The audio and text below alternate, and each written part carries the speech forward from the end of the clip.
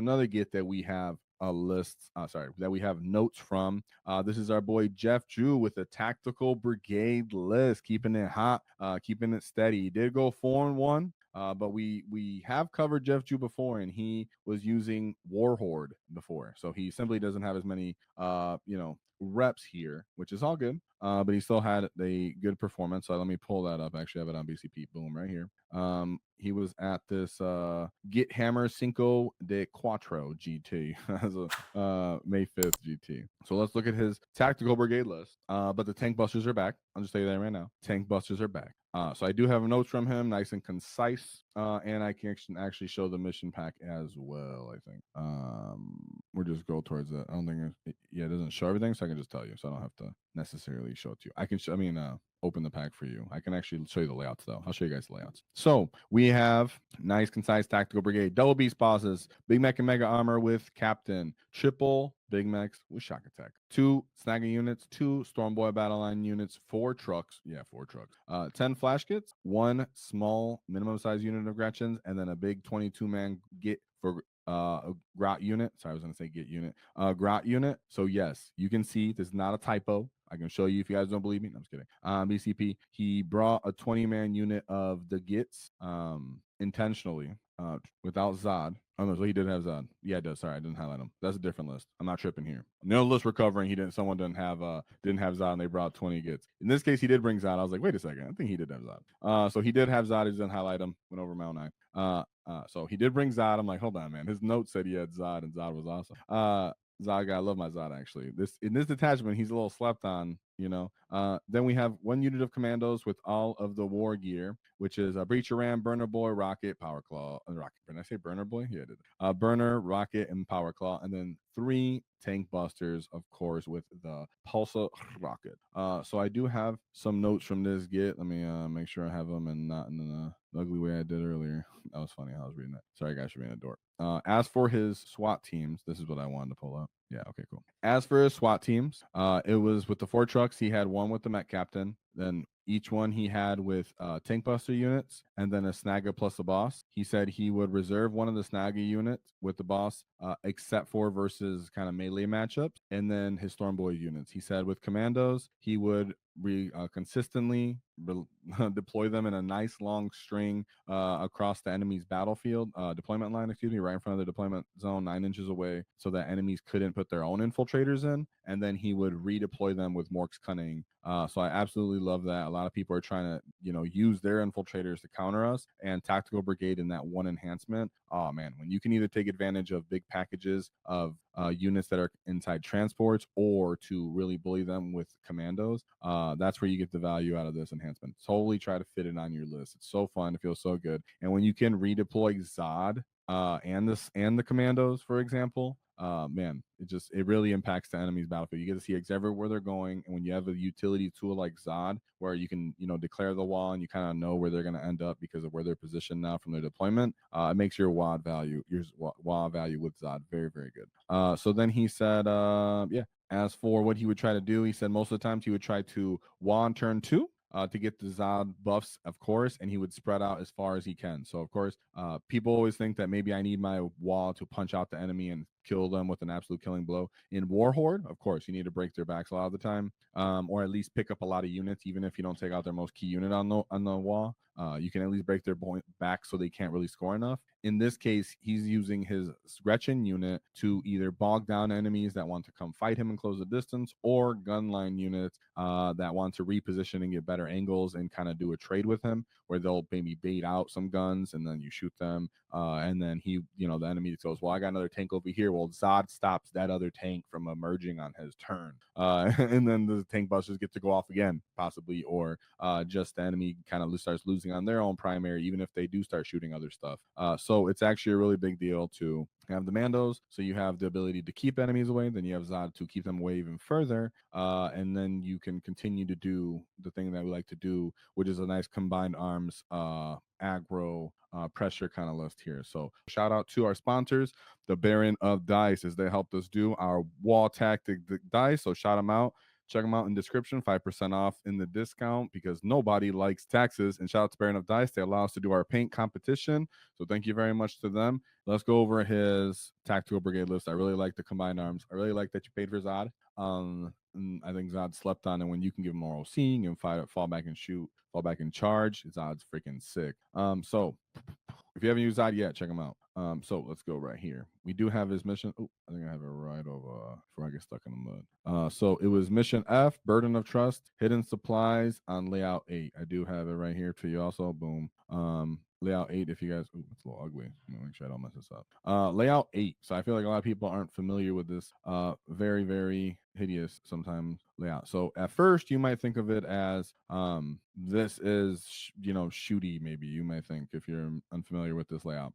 This is kind of melee heavy for these easily staging half box shaped terrain pieces. There's typically an objective here and here. And then there usually be like one in a deployment zone, roughly like here and there, for example, or somewhere over here. And in this case, a lot of the time, it's easy to come up, stage up in here, but then the enemy come up, kind of line the building and make you have to, you can't really get through there, right? So reserves also sometimes have a hard time coming in because since the enemy can stage here and they know that you have reserves, they can just kind of throw some trash forward and like keep your reserves off. So if you don't lock this one down, you're in a bad spot. Now, some people would say like infiltrators are useless because of the easy ability to infiltrate, but when enemies can put like a cheap scout right behind this wall, infiltrate behind this wall and keep your scouting away so Zod can't go anywhere, or you're now they're going to be able to move out and like get in the way of a truck or something in this lane, for example. Of course, there's a lot of time middle objective here. So there's a lot going on with this one that's about staging. So if he can just straight up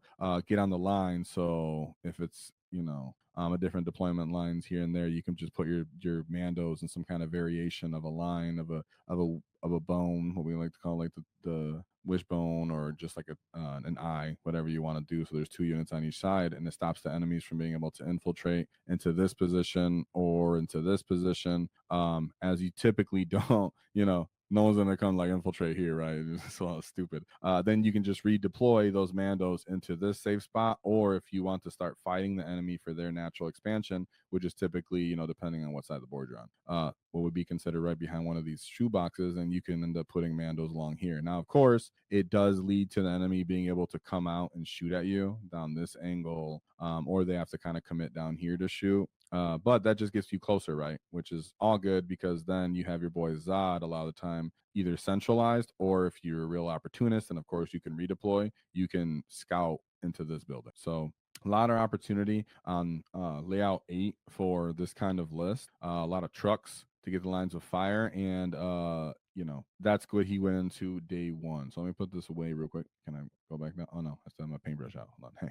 You guys seen that, didn't you? All right, so let's look at his first game, and he did send me some notes. Kind of my fault last minute because I didn't recognize that it was him, and I could have asked him earlier. So it was all good.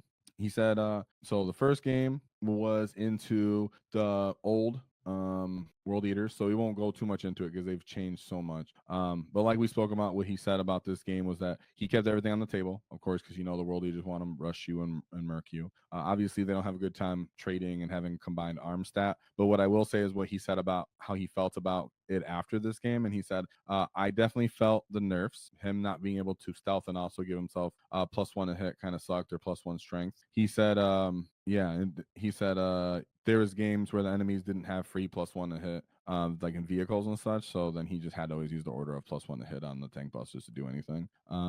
He said it really was annoying whenever the Snagas would lose leadership and lose a guy.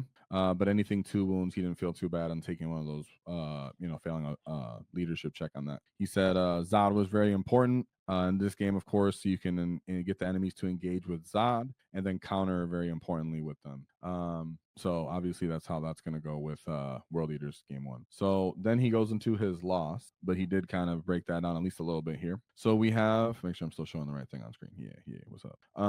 So we have the boys again, these Emperor's Children, right? No, this is Renegade Raiders. There we go. Oh yeah, I see it right here in top. So we have Chaos Lord, Cypher. Ooh, I hate Cypher. Everybody hates Cypher. Maybe Orc at least. Cultist Mob, 2 units of Legionnaires, 4 Rhinos, so they think they're Orcs now. A Brick of Chosen and some Nemesis Claw, 2 Bricks of Possessed, and then allied bricks of 5 noise marines with their blast masters. That's annoying. And then Nurglings. So as for his notes here, let me show you his list just because it's better to look at. He said it was tough because he was had a hard time popping his rhinos. You know, what we talked about before that people typically want to do is if the enemy wants to bait out your tank busters, they'll put something forward, something that's like a distraction Carnifex, so moderate toughness, moderate trade, respectable for them, and for you, you have to commit tank busters, and then they counter and they smash you. Well, because of how the noise marines and the rhinos work, and the chaos lords being able to run out, it was well he could shoot firing deck and actually kind of interact and try to hurt trucks and hurt orc units. And then in the same case, people could disembark from the transports and kind of run you down and charge you as well. So how you interacted with them, it wasn't as linear as I just shoot them and then I stand here and then Zod charges. And it's like you're still going to get shot back. You're still going to get, combined arms worked into them. And I guess it's just dealing with that. He said killing the contents inside and the rhino was the issue. And of course, the Snaggers don't really have like good game into the chosen and to the possessed. This is something that we've been discussing, in Discord and such, like the difference between Breaker Boys and Snagger Boys, for example. It's like, well, you do get good, reliable anti-tank when you have sustain on your beast boss, and you get some good OC, you get good screen clearing, you get all types of cool stuff, especially when you get up to strength 6. But when it's going into his chosen and his possessed, he wasn't able to kill enough of them, and the noise marines were too efficient at popping his transport. So the Marines were able to just disembark, roll a 6 on advance, get up and charge you, beat you up. Good opponent, played pretty good. He said he just needs some more reps into it, and he thinks the enemy played really well, and that's how he ended up losing that matchup. So, I mean, like we were talking about, he had really good combined offense in killing him. Close game, 67-point win. Lost there. And actually, sorry, I think his game's right here. 100. Sorry, it wasn't that necessarily close. He said that it was just a good game the whole time. So then we move on to his game 3. And no, shout out to you, dude. I mean, like you said, you've been playing a ton of Warhorde, so that's no shame. And I can see the guy's on your list, so he's probably familiar with what you're trying to do anyways and stuff like that. So then we move on to his 3rd game. Let's go into that me's list. He has Hypercrypt Necrons, Silent King, Hexmark Destroyer, Locust Lord, Scorpec Lord, 2 Immortals, Deathmark, Flayed Ones, a brick of Scorpec Destroyers, a small unit of Scorpec Destroyers, 2 Locust Lords, 2 individual Locust Destroyers, followed by a 3-man unit of heavy Locust Destroyers, Canoptic Spiders, and then a Monolith. Now, some people might think the Monolith is a joke. It is not a joke when it can teleport and jump around the freaking field. So let's take it. What was the score? 84. Okay. Oh, and I was going to pull up the mission. I was being dumb there. I was thinking about his loss. So round 2, it was mission D, Scorched Earth, Swift Action, Tipping Point. And then we go into round 3. This versus the Necrons we're just talking about right now. Persia Foe, Rapid Escalation, Crucible of Battle. And this is still pulling up the wrong stuff. And this is still layout 8 for you get. So as for when you're playing into Hypercrypt, and this is what we talked about with Zod and the Kommandos, for example. So let me go back to my mighty deployment and my mighty pen. All right. So when you're playing against Hypercrypt, very, very important that you guys understand not letting them drop wherever the frick they want. Right. So you have the middle line, which we talked about, the 2 staging positions here and here. This is not just for I control my objective or I can just go punch you. This is for I can deny you from coming in from all this area from 9 inches. So each one of these bricks is an inch. So 3, 6, roughly 9. All right. So you can stop people all going roughly around this far from just being near this wall if you go pump up right against that wall. Not to mention if they send like one individual destroyer to just come out here and being able to push their own space, and then they get to drop in a freaking monolith right here. So there is merit to their list, but you being able to infiltrate, redeploy, move quickly, control the space to something like Zod. When they respond to Zod, then you get to take off on your tank busters on them, and then combine arms, kind of beat the crap out of them. Because in this case, once you do occupy those edges, which Zod and Mandos help you do, then this Snaggers can come in from the ingress easier, and you can end up kind of flipping that one, because that's what's important about layout 8. That bottom objective, you can end up kind of flipping a lot as an orc player. which is the value of snagas, right? So as we said, the difference of breakers and snagas, one is even if the snagas don't kill their target, if the target was low OC, then there's a chance they can at least just flip it on them and not care anyways. So in that case, it was a 84-point win for his game 3, and then we move on to game 4, where it was Ultramarines. So we have Captain in Gravis armor, Artificer armor, Judiciar, Lieutenant with combi weapon, and Rebutel Gilliman, followed by Intercessors, Aggressor, Big Brick of Blade Guard veteran, 2 Lancers, Inceptor, Repulsor, Executioner, yeah, and then a Scout. I mean, I don't want to simplify it. It just seems like you have a lot of good tools, right? A lot of good tools here. You know, trading an Executioner and Lancers don't have great targets other than a couple trucks. And then even aggressors are super, you know, getting wrecked by tank busters, for example. So you do have to be aware of the fight on death. I mean, not fight on death, the DCR. And you don't have the fight on death. And the Gravis Captain and Artificer armor, he himself is pretty durable. So even if you chew through all the aggressors, he can fight. Very much kind of hero hammer heavy here. Always focus on, can I kill his scoring assets quickly? This is where Zod is freaking awesome, because people will say, I will use my trash to slow down your normal wall normally. Well, there's not anything other than the Snagas and Zod that want value in this. From the wall, I mean. Of course, you get the defensive aspect of it, but Zod is what gives you the game changing aspect of it. So a lot of the time people are thinking, well, I'll just take Snagas and then all the guns, just more guns after Snagas, and then it's just force shooting and then, you know, 2 punching or whatever it may be with a bunch of different trucks. Zod is the, I can punch, but I also can flip the game objectives, hold enemies down. If you don't kill me, I have to be prioritized. If you don't kill me, Zod will fall back and charge again, or he'll give himself more OC and then flip that with just a couple grots left in himself.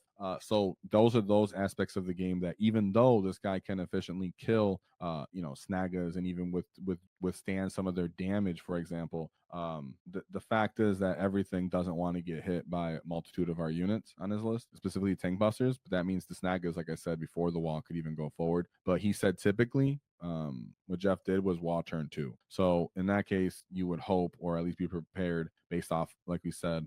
Let me see, this was 4. I was saying what the mission layout was, right? Because it's mission 4. So mission 4, round 4, that was 4. That was 4. I was going a little too excited, right? Because that was Williams. Yeah, it was. All right. So that was mission 4. And on mission 4, to be clear, they were playing on GW layout 1. So even though he was playing on a different layout, he still staged up and was still aggressive. Sorry, guys, I'm going to pull it up. So let's go to layout 1. Absolutely love layout 1. Layout 1 is Melee City, baby. Like we all know. Layout, let's go. Stage up. Staging, baby. Everybody loves to do like a focal point here of this. Trucks allow you to actually come down and shoot down this lane and start laying down the hate.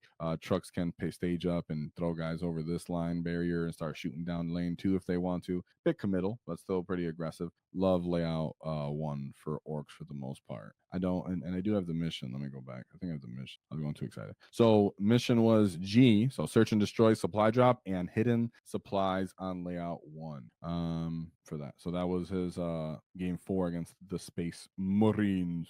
So I usually just find they don't have a lot of stuff. And you're getting good trades off and killing them. You're decently in speed. I mean, he's not nothing to scoff at, because Gladius isn't like slow by any means. But they just get really, really low on activations. I feel like this is a good match, especially when you're like, I'm gonna give myself stealth. And of course, keep in mind those Space Marines, they got so much you know, CP that they might be willing to pop smoke and try to still offset your make you your off one, your +1 to hit anyways. So there's a chance it might do it. Might need to give yourself orders if you really want to pop that Executioner, for example, which is like he was saying, he didn't appreciate that he didn't have the orders. But in the Space Marine matchup, you know, there are matchups where your stealth will be your choice. So 77-point win there. And then we go into his final game, which was against Dark Angels. So let me pull out the mission before my big head forgets. Just to tell you that it was tipping point, smoke and mirrors, and take and hold. Ooh, nice. Just meat and potatoes, baby. Take and hold, tipping point. Let's go on layout 1. You guys know how that'd be, right? Fun. That's an aggro game right there. So he goes, oh, I got it right here, guys. Sir. Bam. So we have Dark Angels with Stormlands Task Force. So we have Azrael, Ravenwing Command Squad. Oh, my little pen's in the way. Assault Intercessor, 3 units of Assault Intercessor with jump packs, 2 Deathwing Knights, Inner Circle Companions, 3 Predator Destructors, 1 brick of Ravenwing Blackwing Knight, and then 2 scouts. So this would be those games where I'll be ready to give myself +1 to hit and just take it, but maybe I'm wrong, right? Take all the damage.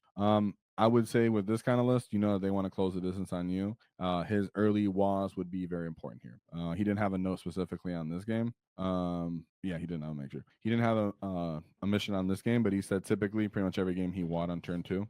Which I find myself, if you're an orc player, what I want people to kind of understand a little bit, it's not as simple as I'm just going to stage and wall because it's easy, like in Warhorde when you're playing Tactical Brigade. There are times, I mean, Zod is a big reason why you go turn 1 wall. I mean, turn 2 wall. But in a matchup like this, where if you sit back too much and say, I'm just going to trade a little bit here and there, there's a chance because of the enemy speed that they can take too much of the initiative on you, take too much of a bite out of you, kind of put you too much on the back foot in positioning, whether it's your reserves get to come in or your ability to gang up on this unit because they're too far apart now and they've focused down on one side of your army and delayed the other. It might behoove you to charge a little bit earlier on another aggressive army, so you can get the initiative and take a chunk out of them, especially if they're elite, or if they're just fragile fast. Then it's really like, well, you might be a little bit further than I want. You know, I might be overestimating here a little bit, but in this case, this is one of those games where I have to go for it, and that's how you might want to feel into the Stormlands task force list. But the other thing is honestly Zod. Zod, because the same thing I just factored in. The ability to kind of end up bogging down these predator destructors and then keeping the position away from the Deathwing Knights to drop in wherever they want, so you can kind of make them walk up the field. And if you make them walk up the field, then you can end up shooting them down so they're not that efficient anymore. Because the thing is, it's not that I'm not aware that a Deathwing Knight unit can't on its own just start running through my army. Of course it can if I leave it at full potential. If it just gets diminished by, you know, some grenades or some bomb squigs or some shooting, and then it just starts getting auto seed and tagged up turn by turn, so it's never really going anywhere, winning any fights against anything of value, then I'm still getting merit, because what you really need to kill are all these jump back intercessors and these scout squads, because they want to pick these guys up and put them back later in the game when you commit more to them. And then you just got to take out these predator destructors, because these guys who will mess up your attrition rate. Of course, he did have the Raven Command Squad too. That was a fun little mix up of a list. 77-point win. And wait, was that? I'm going to say Joshua. That was his last one, right? Pretty sure it was. Yeah, and that was his last game. Like I said, take and hold, smoke and mirrors, tipping point on GW. Layout 1 for that get. So shout out to him. I love that. Very aggressive, fun game on there. So Jeff Jew, so his final thoughts for this run. He said that he felt like the list was great. He said he could just practice with a little bit more. But for the most part, the reason why he's leaning into this over Warhorde is because of Death Guard. Because of Death Guard, and he thinks their Death Guard matchup for Warhorde is abysmal, as I'm sure you guys are familiar with before, where they could stack -2 to hit, you know, -1 weapon skill, whatever. But they used to kind of do that to you now. Well, they don't have access to that, but all of the other fight potentials, which we'll talk about in another video, does really throw away, you know, Warhordes right now. Happiness, time in the sun, feeling on top. So in this case, Jeff is already starting to move over toward Tactical Brigade. And is he the first of what will be many of you gets to start moving over to more DACA, you know, Dread Mob, Tactical Brigade, kind of combined arms oriented orc list? Are we going to lose our Warhorde viability because of Death Guard? So Jeff Jew may be the first. He might be a pioneer again. And shout out to you and your wall.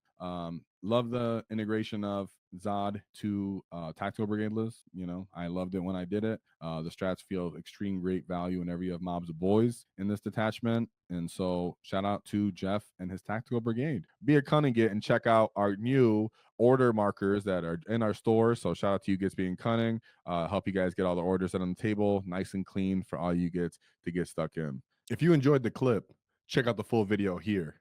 If you'd like to see more tactics, click here. Let's get stuck in, lads!